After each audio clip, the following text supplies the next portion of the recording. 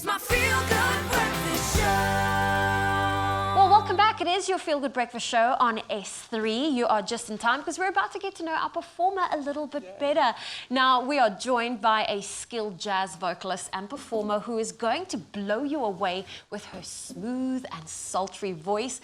Her name is Jodi Fredericks. She's a singer, songwriter, and vocal coach with oodles of talents and experiences to boot. Now, before she hits your Expresso stage a little bit later on, I did promise we're going to get to know her a little bit better. Please, can we give her a warm welcome to your Feel Good Breakfast Show? It's her first time. Because she is here, she is in the flesh, she is on the couch, she's brought a band, she is ready to rock and roll. Angelic, that's it. Thank you so much for coming. Thank you for having me. I know it's a crazy early start for a muso. We love the fact that you're going to bring your own flavour here. And I love a little bit of jazz at this time of the day. It's going to set the tempo for everyone's days. You know that you get to have a positive influence on like the whole country right now. Yeah.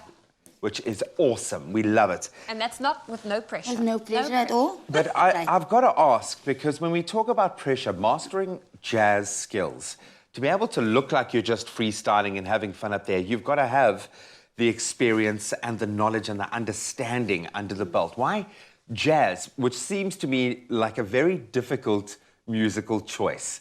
What was it about that genre that just brought you in?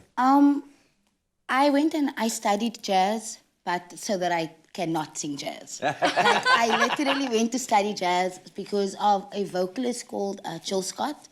And when you listen to Jill Scott singing, you can hear that homegirl knows exactly what she's doing. There's an influence. Like there's knowledge there. Like it's intentional. And I always said I want that in my music. I want to be able to do soul and R&B and do whatever, but have the knowledge that comes with jazz training, because there is such value in jazz training. So it turns your voice into an instrument. Absolutely. The voice is an instrument. And so you learn how to utilize that instrument in a really effective way.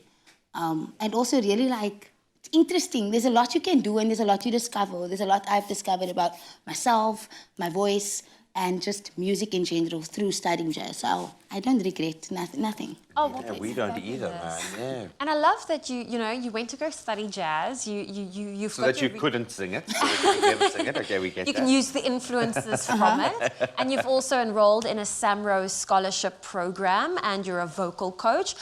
Why is, studying things like jazz and being a vocal coach, all those things so important to you?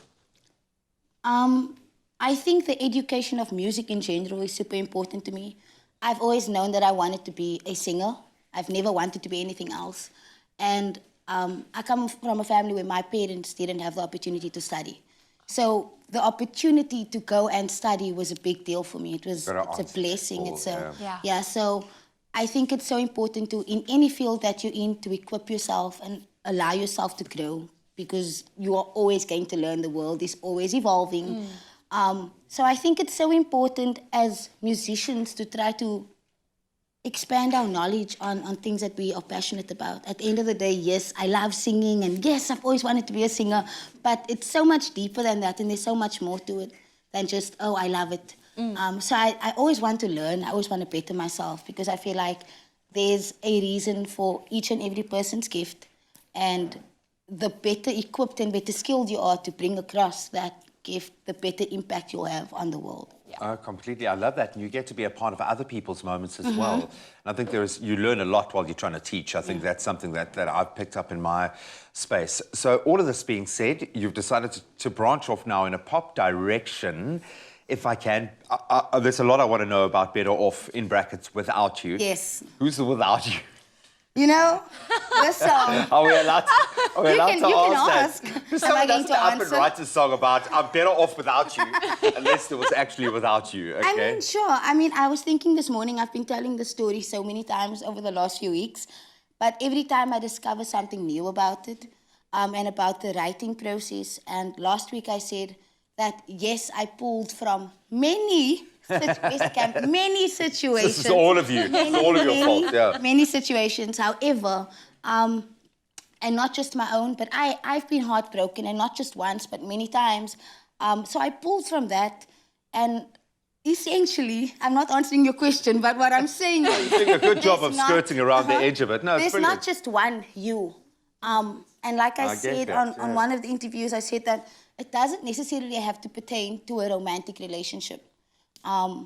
In my context, in the way that I wrote it, it absolutely did. But if you listen to the song and you're thinking, that old boss of mine, I'm better Yeah. off without you. Yeah. Then absolutely better off without that toxic friendship, without whatever toxic situation was holding you down. That's the you.